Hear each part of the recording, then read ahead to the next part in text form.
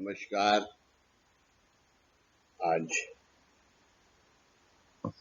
आपको गुरु पूर्णिमा के दिन मिला था और उसी सिलसिले में आपसे फिर आप लोगों के दर्शन करना चाहता हूँ, क्योंकि ये एक ऐसा अद्भुत उत्सव है कि जो आदमी जन्मों कोशिश करता है तब भी उसे ये प्राप्त नहीं होता। तो बड़ी अच्छा पंत महाराज का एक पद है, गुरु बिन अन्य दैवत नाही और कल्पित देवा पूजू न को। ऐसा ये पंत महाराज जी का कहना है कि बाबा दादा जैसे गुरु का मिलना, जिनके माध्यम से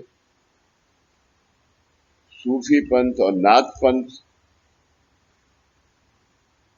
के दर्शन तो नहीं हुए, लेकिन उनकी मुलाकातें और उनके विचार और उनका ज्ञान जरूर दादा के माध्यम से प्राप्त हुआ।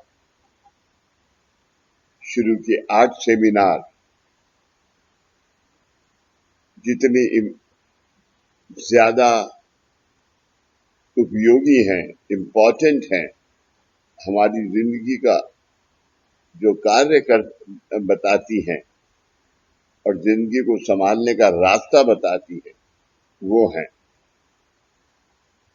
अभी उसी सिलसिले में ये एक दादा का निवेदन है।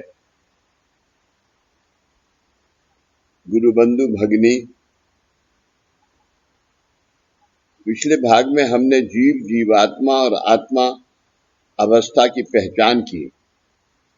ये कई उससे पहले तत्वबोध में है, ये पहचान की। जीव यानी जो जी रहा है, जीव यानी जो जी रहा है, लेकिन उसे खुद के अलावा किसी भी अन्य चीज की पहचान नहीं है। तो अब किसी अन्य चीज की पहचान नहीं है, उसे आसपास के लोगों के प्रति कोई भी लेना देना नहीं है। यानी आज बच्चा जब पैदा होता है तो उसे इसकी ये सब से वो सिर्फ एक जीव होता है, उसको बड़ा करना ये माँ बाप का फर्ज है। इसी सूरत से जब हम गुरु को मिले तो गुरु ने हमारे पहले कर्म का विमोचन किया। कर्म का विमोचन करके हमें दीक्षाएं दी। दीक्षाएं देने के बाद हमारी काया वाचा मन एक रूप हो, उसके लिए ओमकार साधना, ये उसके बारे में ये निवेदन है। लोगों के प्रति कोई भी लेना देना नहीं है। जीव अवस्था का विकास होकर आगे, जीव अवस्था का विकास होकर आगे आगे आगे जीवात्मा अवस्था की प्राप्ति होती है। जीवात्मा अवस्था में आसपास की पहचान तो रहती है। जीवात्मा यानी जीव, जन्म, जो आदमी का जन्म है, और आत्मा एक होती है। जीव जीवात्मा में आसपास की पहचान तो रहती है, लेकिन हम क्यों जी रहे हैं, जीवन का उद्देश्य या कारण क्या है, इसका ज्ञान नहीं रहता। जीवन का उद्देश्य और इसका कारण क्या है, ये नहीं रहता। इसलिए जीवन प्राप्त हुआ है तो जीना है और ज्यादा से ज्यादा ऐहिक सुख प्राप्त करने का प्रयत्न करना है। इसी अवस्था में जीवात्मा का जीवन व्यतीत होता है। योग्य गुरु, ये शब्द याद रखिए, योग्य गुरु मार्गदर्शन से या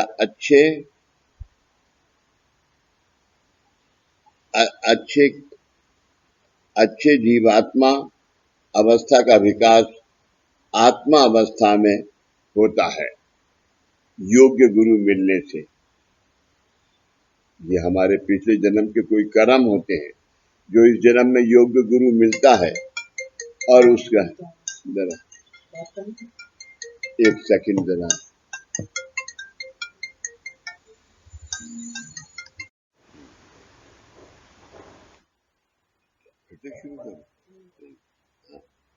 अवस्था का विकास आत्मा अवस्था में होता है। इस आत्मा अवस्था में व्यक्ति समझकर जीवन व्यतीत करता है। यानी ये जब आदमी को ये दिखने लगता है कि ये दाल है, ये रोटी है, इसका नाम ये है, ये मेरा माँ है, ये मेरी पिता है, ये जीवन व्यतीत करता है। इसी जीवन को पहचान होती है और समाज कल्याण का कोई ध्येय लेकर वो जीवन व्यतीत करता है। उसे जीवन का ज्ञान शायद ना हो, अपनी जिंदगी का क्या अर्थ है, कहाँ हम पैदा हुए हैं, आगे हमें क्या करना है, इसका ज्ञान उसे नहीं है, लेकिन जीवन का उद्देश्य पूरी तरह पता रहता है। जीवन का उद्देश्य पूरी तरह पता रहता है। हम अवस्थाओं का और मानव जन्म में प्राप्त हुए 19 माध्यमों का क्या संबंध है और उसमें से कौन सा माध्यम सबसे महत्वपूर्ण है इसका विचार आगे करते हैं। हम भक्त जब किसी दुख की वजह से, हम सुख की वजह से नहीं आए यहाँ पर। इस मार्ग में कोई भी सुख प्राप्त दुख की वजह से जो हमें जिस कारण से दुख है वो हमारा दूर हो, आगे का सुख क्या होगा इसका विचार किसी ने नहीं किया।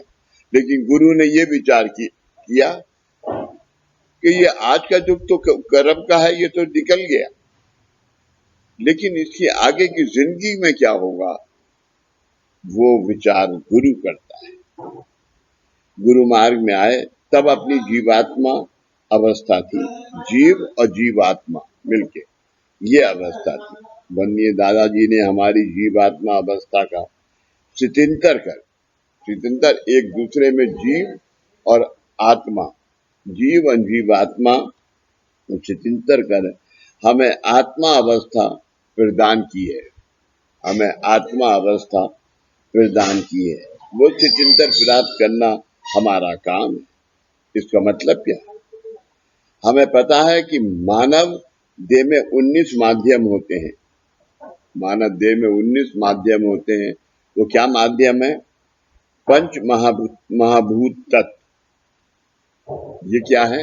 ये नेचुरल है। इनको क्या कहते हैं? पृथ्वी, धरती, आप, पानी, तेज, जो आज जिस तेज से एनर्जी, तेज, वायु, हवा, एयर, आकाश, ये आप सब देख ही रहे हैं आकाश। पंच प्राण कोश ये आपके अंदर है, हर माध्यम के अंदर है। पृथ्वी, आप, पृथ्वी, धरती, आप, पानी, हमारे अंदर 80% पानी है कम से कम, तेज, वायु और आकाश। पंच प्राण कोश होते हैं अन्न में, प्राण में, मनो में, विज्ञान में और आनंद में होते हैं। अन्न में, प्राण में, मनो में, विज्ञान में और आनंद में। आनंद में कोश का उपयोग लेना बड़ा मुश्किल है। आज आप अंदाजा लगाइए कि कौन सा आदमी आज सुख का भोग ले रहा है, आनंदित है। कोई नहीं ले रहा।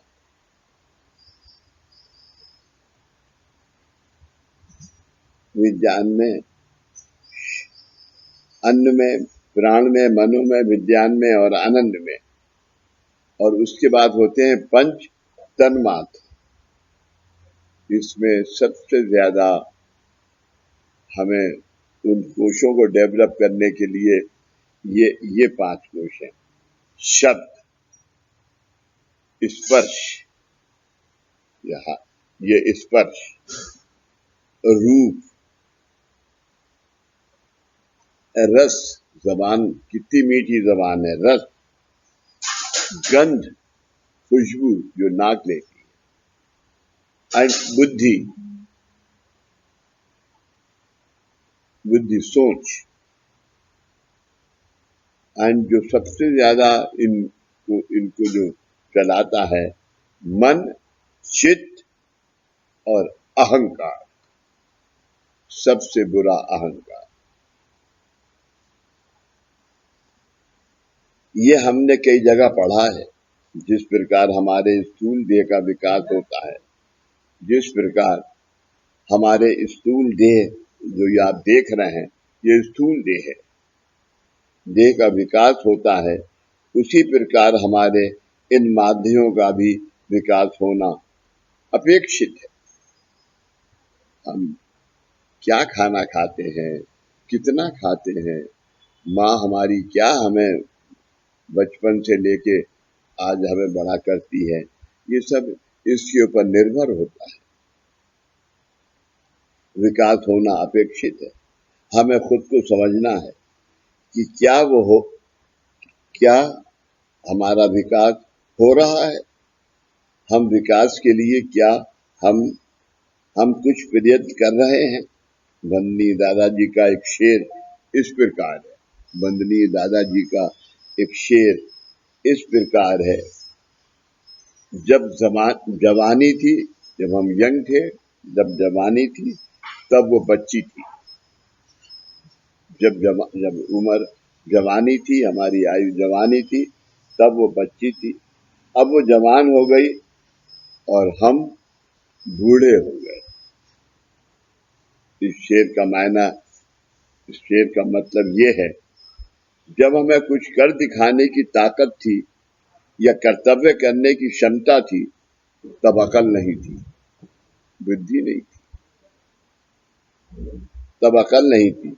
और जब कुछ कर्तव्य करने की अकल आ गई है, तब देह का सामर्थ्य, देह की ताकत, देह का सामर्थ्य खत्म हो गया। अब उम्र हो गई है, दिखाई नहीं देता, सुनाई नहीं देता, तब अकल आकार इसका उपयोग कैसे करें, अकल आकार इसका उपयोग कैसे करें। इसलिए अब भी समय है और अपना विकास प्राप्त कर लेने की कोशिश हमें अभी से करनी है। ये गुरु मार्ग का सबसे बड़ी देन है।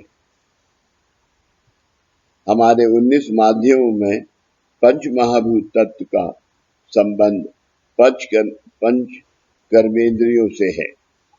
पंच कर्मेंद्रिय यानी 5 इंद्रियां, पंच कर्मेंद्रिय यानी 5 इंद्रियां जिससे कर्म किया जाता है, 5 इंद्रियां जिनसे कर्म किया जाता है। अपने हाथ पैर जुबान, अपने हाथ पैर जुबान, एक्सक्रीटरी गुदद्वार, excretory glands and reproductory glands.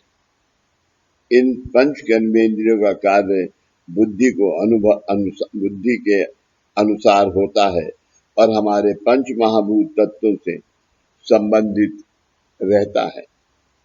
इसी प्रकार पंच तन्मात्रों का विकास हमें अपने पंच ज्ञानेंद्रियों माध्यम से पता चलता है। पंच तन्मात्रों की पहचान पंच ज्ञानेंद्रियों के माध्यम से ही होती है। अरे जरा संजय को बुलाना, से होती है। पंच ज्ञानेंद्रिय यानी कान, पंच ज्ञानेंद्रिय यानी कान, शब्द तन्मात्र की पहचान त्वचा, त्वचा तन्मात्र की पहचान, त्वचा, स्किन, स्पर्श, आंखें, रूप, आंखें, रूप, एंड जुबान, रस। एक टंकी साफ करने आने वाला है। तुमने तो तहमत पहन लिया। रस, नाक, गंध तन्मात्र की पहचान। इसी मतलब से वंदनीय दादाजी के 19 माध्यमों के कुछ रेफरेंस: पंच कर्मेंद्रिय, पंच ज्ञानेन्द्रिय, पंच प्राण कोश, बुद्धि, मन, चित्त एवं अहंकार, इन माध्यमों को सूचित करते हैं। मानव को 19 माध्यम प्राप्त हुआ है, लेकिन जीवात्मा अवस्था में इन 19 माध्यमों में से केवल 7 माध्यम सक्रिय एक्टिव रहते हैं। 19 माध्यमों में से केवल 7 माध्यम सक्रिय एक्टिव रहते हैं। इस अवस्था में हम पंच कर्मेंद्रिय, बुद्धि और अन्नमय कोश, इन 7 माध्यमों ही इस्तेमाल जीने के लिए करते हैं।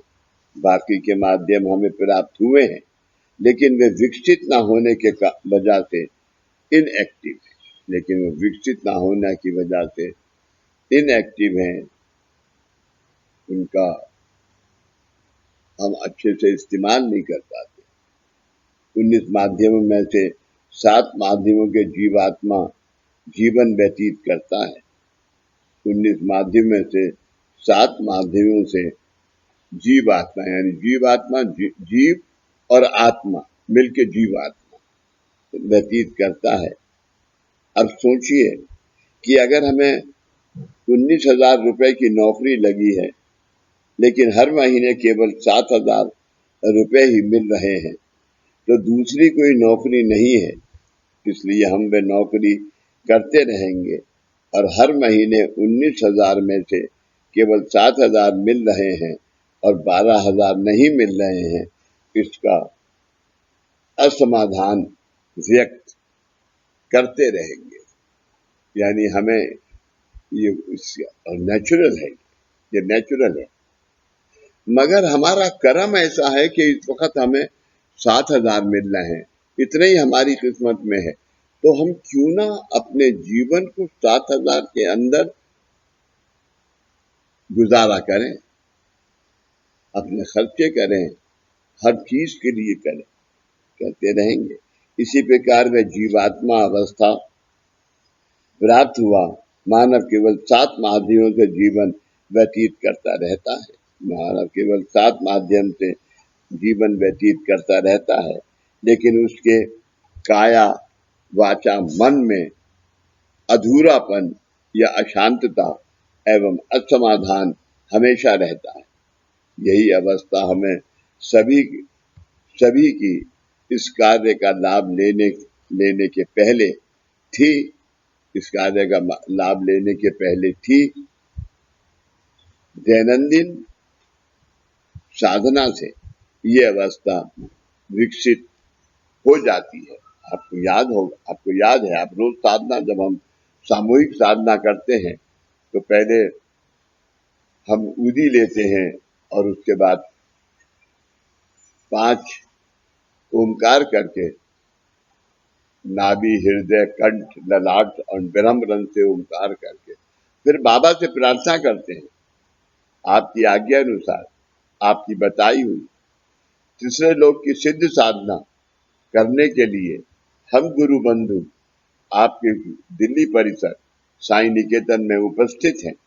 आपकी इस सिद्ध साधना से हमारी काया, वाचा और मन एक रूप हो, ऐसी आपके चरणों में प्रार्थना। ये प्रार्थना करके हम साधना करते हैं। लेकिन क्या हमने उस साधना को अपनी काया से या वाचा से या मन से महसूस किया? ये सबसे बड़ा सवाल है। इस कार्य का लाभ लेने के पहले थी दैनंदिन साधना से ये अवस्था विकसित होती होती जाती है। कर्मेंद्रिय और ज्ञानेंद्रिय, इनमें क्या अंतर है? कर्मेंद्रिय और ज्ञानेंद्रिय, इनमें क्या अंतर है? हमें लगता है कि एक हाथ यानी कर्मेंद्रिय और दूसरा ज्ञानेंद्रिय, ये इतना आसान नहीं है। कर्मेंद्रिय अवस्था और ज्ञानेंद्रिय अवस्था की अलग अलग गति है। इसका एक सामान्य उदाहरण लेते हैं, इसका एक सामान्य उदाहरण देते हैं। रास्ते पर चलते समय हमारे दूसरी तरफ कोई ढाबा था, भजिया, ढाबे में जो सब्जी बन रही थी बढ़िया, वहां या पाव भाजी स्टॉल है, इसलिए रास्ते में इस तरफ चलते समय इन सब्जियों की खुशबू हमें आई और सब्जी खाने की इच्छा जागृत हुई, और सब्जी खाने की इच्छा जागृत हुई। ज्ञानेंद्रियों ने अपना काम 1 सेकंड में कर दिया, यानी ज्ञानेंद्रियों ने जो तुम्हारी सोच थी, ओहो वो सब्जी आ रही है, चलो खाना खाने चले, 1 सेकंड में कर दिया। अब कर्मेंद्रियों की बारी है। कर्मेंद्रियों के माध्यम से हम रास्ते के उस पार गए, हमें पता है कि वो उस तरफ है जहां से सब्जी की खुशबू आ रही है, उस पार गए, कतार में खड़े रहकर ऑर्डर दिया और फिर सब्जियां लेकर खाई। 1 सेकंड के ज्ञानेंद्रियों के काम को, 1 सेकंड के ज्ञानेंद्रिय के काम को पूरा करने के लिए कर्मेंद्रियों को 15 मिनट लगे। कर्म से करने वाले काम कर्मेंद्रियों को 15 मिनट लगे। इस कर्मेंद्रियों के काम के बाद जब ज्ञानेंद्रियों को समाधान प्राप्त हुआ, तब वह कार्य पूरा हुआ। इसी प्रकार हमें हर रोज ईश्वर की उपासना या श्री गुरु ने दी हुई उपासना करने की इच्छा होती है। ये सबसे इम्पोर्टेंट बात है, इच्छा होती है। इस इच्छा में या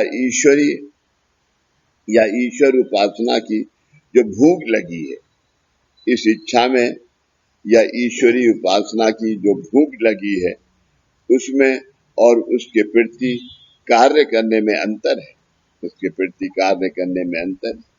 ये इच्छा होने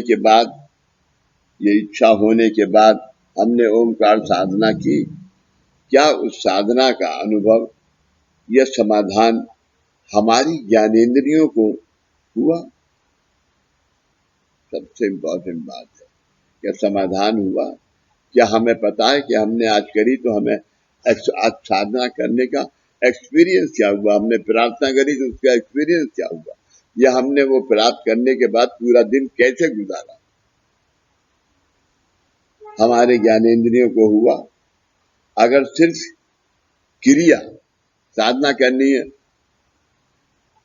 दादा अक्सर कहते थे कि रोजा कहीं गए हो तो कम से कम साधना नहीं, रास्ते में जा रहे हो तो साधना नहीं करते तो कम से कम हे भगवान हमारे परिवार के उद्धार के लिए।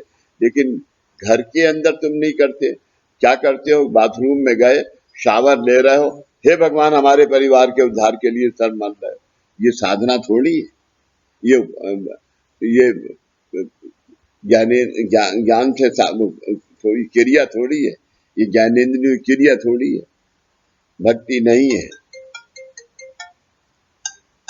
जब इस क्रिया की पहचान या इसका एहसास हमारे ज्ञानेंद्रियों को होगा, तभी वह भक्ति हमारे अंदर साकार होती है, तभी वो भक्ति हमारे अंदर साकार होती है, क्योंकि हमारी काया वाचा मन एक रूप होकर उसको महसूस करती है और इसका समाधान हमें प्राप्त होता है, और इसका समाधान हमें प्राप्त होता है। इसी क्रिया में से हमारे कर्मेंद्रियों का और ज्ञानेंद्रियों का विकास हर रोज थोड़ा थोड़ा होता रहता है। लेकिन अगर सिर्फ क्रिया हो रही है, तब वह यांत्रिक अवस्था हो गई, यानी यानी हम अभी भी 7 माध्यमों में से जीवन जी रहे हैं। 19 माध्यमों से 7 माध्यम से जीवन जी रहे हैं। तब हमें खुद का विकास प्राप्त कर लेने का अधिक प्रयत्न करना चाहिए। इसलिए हम अपने प्राप्त शरीर के सबसे महत्वपूर्ण माध्यम विचार करेंगे। वो माध्यम है अपनी जबान।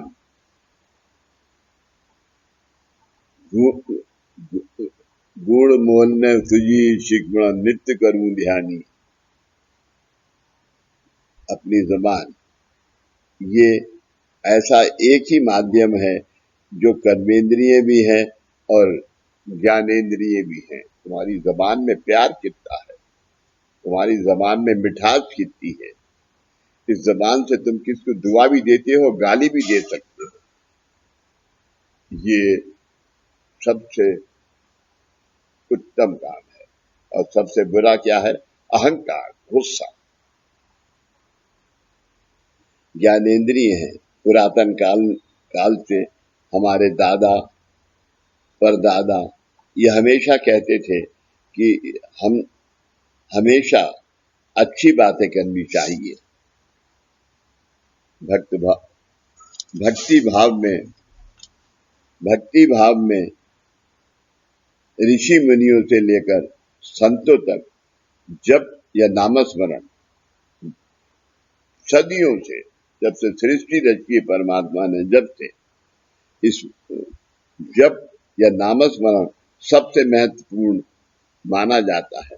आज हमारे मार्ग में भी दादा सबसे ज्यादा जो महत्व है वो ओम श्री साई नाथाय नमः, ओम श्री सद्गुरुनाथ दादाय नमः, इसको महत्व है।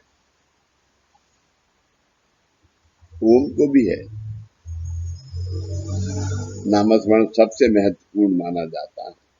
हमारे बातों से हमारे भाव आज क्यों माना जाता है? आज 9 नवनाथ हैं और साईनाथ महाराज, साईनाथ 10वें नाथ है। तो ओम श्री साई नाथाय नमः में ये 10 नाथ है, ऐसा इसका अर्थ है। बातों में हमारे भाव प्रकट होते हैं। हमें गुस्सा आया है या प्रेम व्यक्त हो रहा है, ये दिखाना नहीं पड़ता, तो हमारे बातों से इसकी पहचान आसानी से होती है। ये वाचा का काम है, ये वाचा का काम है, ये वाणी का काम है। जब हमारे शरीर में कोई बिगाड़ यानी तकलीफ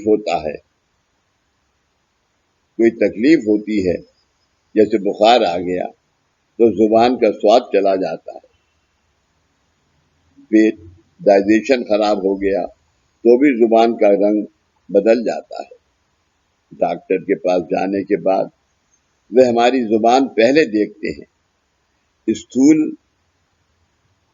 स्वरूप में जुबान जितनी महत्वपूर्ण है, उससे कोई गुना ज्यादा उसकी अहमियत पारमार्थिक अवस्था में है। हमारे 19 माध्यमों से पंच कर्मेंद्रिय अगर बाजू में करें तो बाकी 14 माध्यमों का केंद्र बिंदु हमारी जुबान में है, हमारी वाचा में है। वाचा सिद्धि की प्राप्ति होना यानी जब ईश्वरी तत्व या गुरु तत्व हमारे 14 माध्यमों में पूरी तरह धारण होता है, तब उसकी प्रतीति वाचा सिद्धि अवस्था से साकार होती है।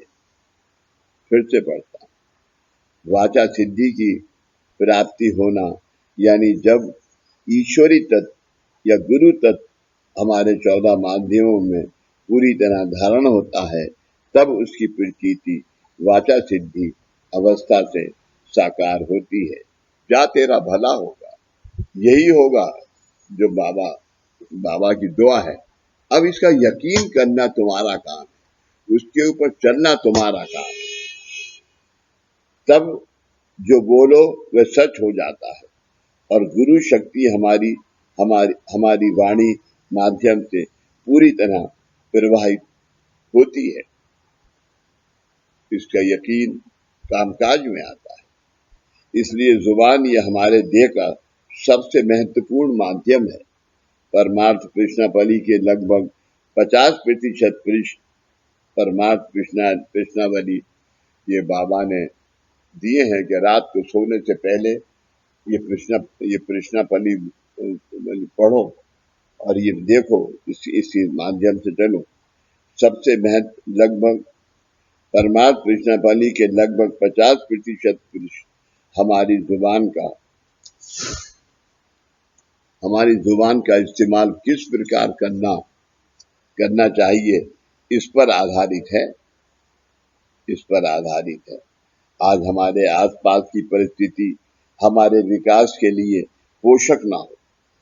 आज हमारे आसपास की परिस्थिति हमारे विकास के लिए पोषक ना हो। भाषा भ्रष्ट होती जा रही है।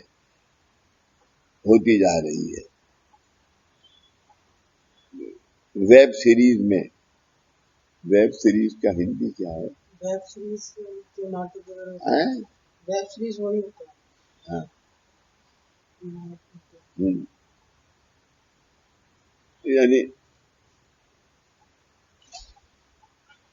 कुर्सी दो, बैठिए। नहीं, कुर्सी दे। वेब सीरीज में गालियां जरूरत से ज्यादा 10 मिनट बैठो भैया, जरूरत से ज्यादा रहती हैं। इस परिस्थिति में हमें अपनी जुबान पर नियंत्रण रखकर सकारात्मक उच्चार करने हैं। नियंत्रित उच्चार, फिर आचार, नियंत्रित उच्चार, फिर आचार। आप कह रहे हैं कि आपकी जुबान बहुत मीठी है, तब जुबान मीठी है कहते वक्त आपको दूसरे को सामने लगना चाहिए कि इसकी जुबान मीठी है। ये उच्चार है। रखकर सकारात्मक उच्चार करने हैं। नियंत्रित उच्चार, फिर आचार और फिर आहार से फिर हम अपने विचार भी नियंत्रित कर पाएंगे। धीरे धीरे हमारी दैनंदिन ओंकार साधना अच्छी होती जाएगी। सबसे ज्यादा इम्पोर्टेंट इस मार्ग में, बाबा के मार्ग में ओंकार साधना है। बाबा के मार्ग के अंदर क्या चीज? ओंकार साधना, आरती साधना, मुलाकात साधना, हर साधना सिद्ध है। आज साधक अवस्था, सेवक, सिद्ध, साधक। आज साधक अवस्था है। आज आसन क्या है? साधक बगैर आसन के साधक नहीं है, वो तो मैं कुछ दे नहीं सकता। ऐसी अवस्था आज के दिन है। अच्छी होती जाएगी और इससे मिलने वाला समाधान,